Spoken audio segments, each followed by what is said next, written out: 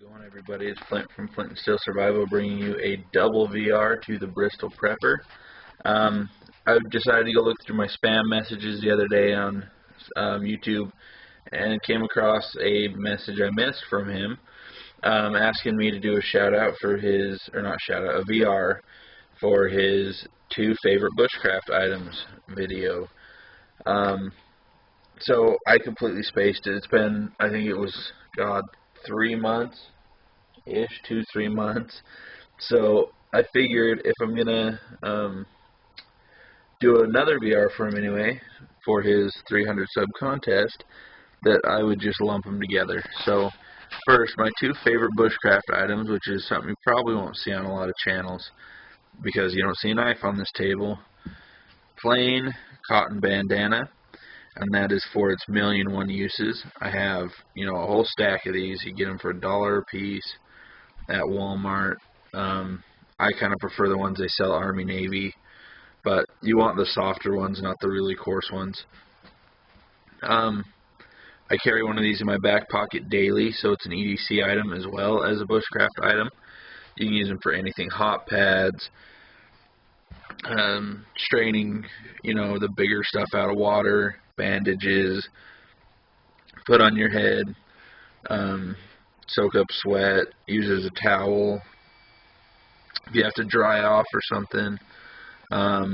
Yeah, so there's like 1,000,001 uses for this. You rip it up into smaller pieces for cordage. Yeah, there's not much you can't do with a bandana. So item number 1, and item number 2, which I think every bushcrafter needs, nice pair of gloves.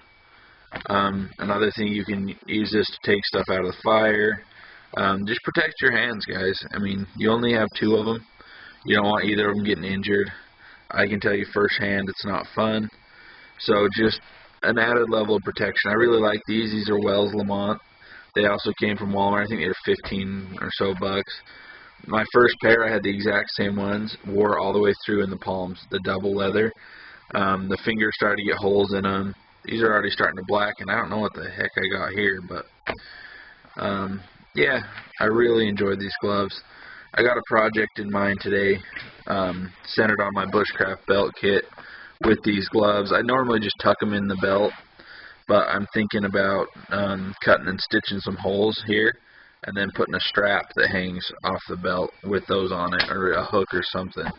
So stay tuned for that. I might post a video later if I finish it today or maybe tomorrow. And then next is, he wanted to know our axe and bushcraft axe, or our bushcraft knife and axe combo. Sorry guys, it's early for me. I was still awake 6 hours ago, so I'm just waking up. So first off, he said if you don't have an axe and knife combo, explain why. I have an axe. I have 4 or 5 axes, but when I go out bushcrafting, an axe is not my preferred option. It's going to be a saw. This right here is the Coleman Camp saw. It's got a lock on the back. Let me pop this. Sorry, I'm trying to do this one-handed. My lanyard, or not lanyard, tripod screw in the bottom of this camera, like, exploded on me the other day. I went to thread in my tripod right here.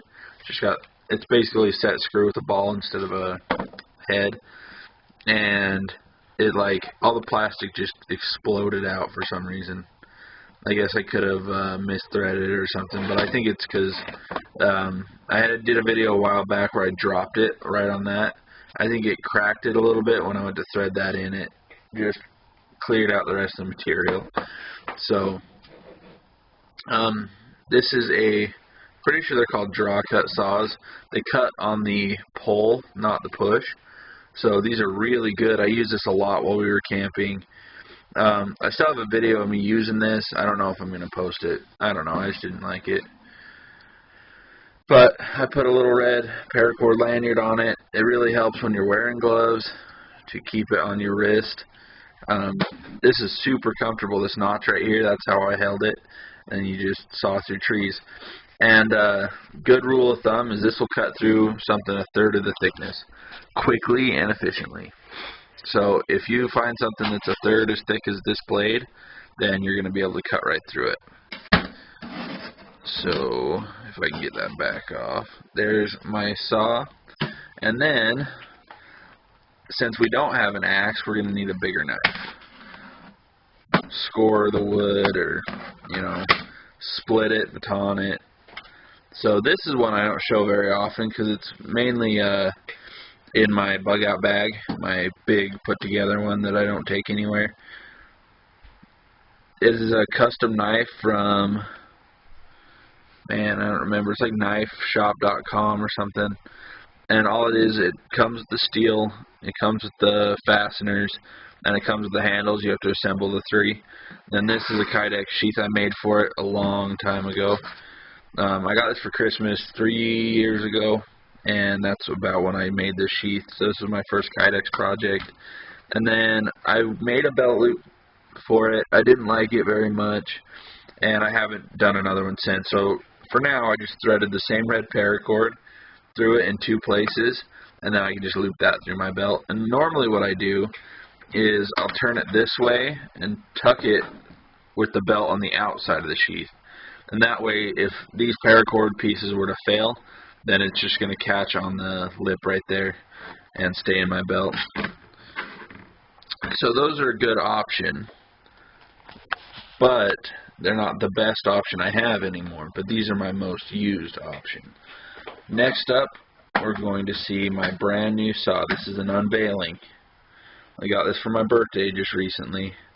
This is a Silky Gomboy. I think this is the 221, but made in Japan. What I wanted originally was a Baco, but I did my research, and a lot of research.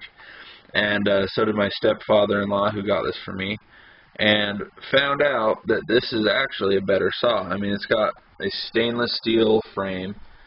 The button lock is just incredible. And it's got 2 positions. So this first position is a regular draw cut, just like you see there. Really comfortable handle, really nice. It's actually got a slightly thinner blade, but that's not always a bad thing. And these blades are replaceable. You can just go on and order some new blades, and you can order different style blades if you wanted. But I love the size of this. I mean, once it folds down, it's, you know, incredibly manageable. For this color, I picked yellow. I don't know why, I just did. I had it on top of the paracord pile, so I used it. And then another cool thing about this saw is you push the button again, hold, and it's got a second position so that if you're trying to get under something and cut it, you don't have to, you know, if it's back at this angle and you're trying to draw a cut, normally if you're going under something, you're going to have to hold it like this and pull. And it's just not near as comfortable. This way, you can still hold it in your hand like normal and pull like you were cutting it from the top. So that second position is going to make a world of difference. So yeah, this is going to be my premier saw. So to answer your question, I would use this instead of an axe because it processes wood quicker than an axe and takes less energy. Of course, it can't do the full capabilities of an axe. It's not going to process it as big because, once again, the third ratio rule, I mean, you can go up to about a half and it's still going to cut it, but to get the maximum performance out of this, you're going to want about a third. But honestly, when we made that hammock, we used this saw to cut down all those trees. I don't really think while I'm bushcrafting I'm going to need to fell a huge, ginormous tree. I think those smaller saplings would work just fine. And up in my area of Utah, there's so much dead that you can just, you know, go up there and breathe on it. It'll almost fall over. And then, of course, if we're talking about premier items, SE5. This is basically an axe with a knife handle. This thing is a 1/4 inch thick, just a beast. And this would be my combo. I would much rather go into the woods with this because of the weight, especially. I can put both those on my belt, no problem. I don't really have a hatchet size axe anymore. I mean, I have a tomahawk, but it's not a very good one. It's just a SOG fast hawk. It's meant for throwing. well, I mean, all tomahawks are kind of meant for throwing, but it doesn't have a lot of weight. And then I have just like a Coleman hatchet that I've had for, 5-6 years. So other than those, if I got a quality hatchet, I might change my opinion. But right now I got a quality saw, quality knife, and that's all I would want. But there's also second options where you can save a lot more money. Because I believe this saw was actually $25 on Amazon. If you find them at stores or retail, they're about $40, but they shipped it free. Me and my stepdad each got one. This knife here, I believe, was $150 something. No, 170. It was $170 when I bought it. You can find them cheaper than that, but I don't regret my purchase at all. Whereas this set, I think $6.99. The knife was $40. The sheath we made for under $10. So either option, both good. But the reason I would carry a saw instead of an axe is because, in my preference and opinion, it's going to process wood quicker, and it can do everything that I want an axe to do for less weight. Thanks everybody for watching, and go check out Bristol Prepper if you haven't. He's a good guy, putting out some cool content. Chap from England, probably from Bristol, if I were a betting man. So everybody go check him out. Thanks. Bye.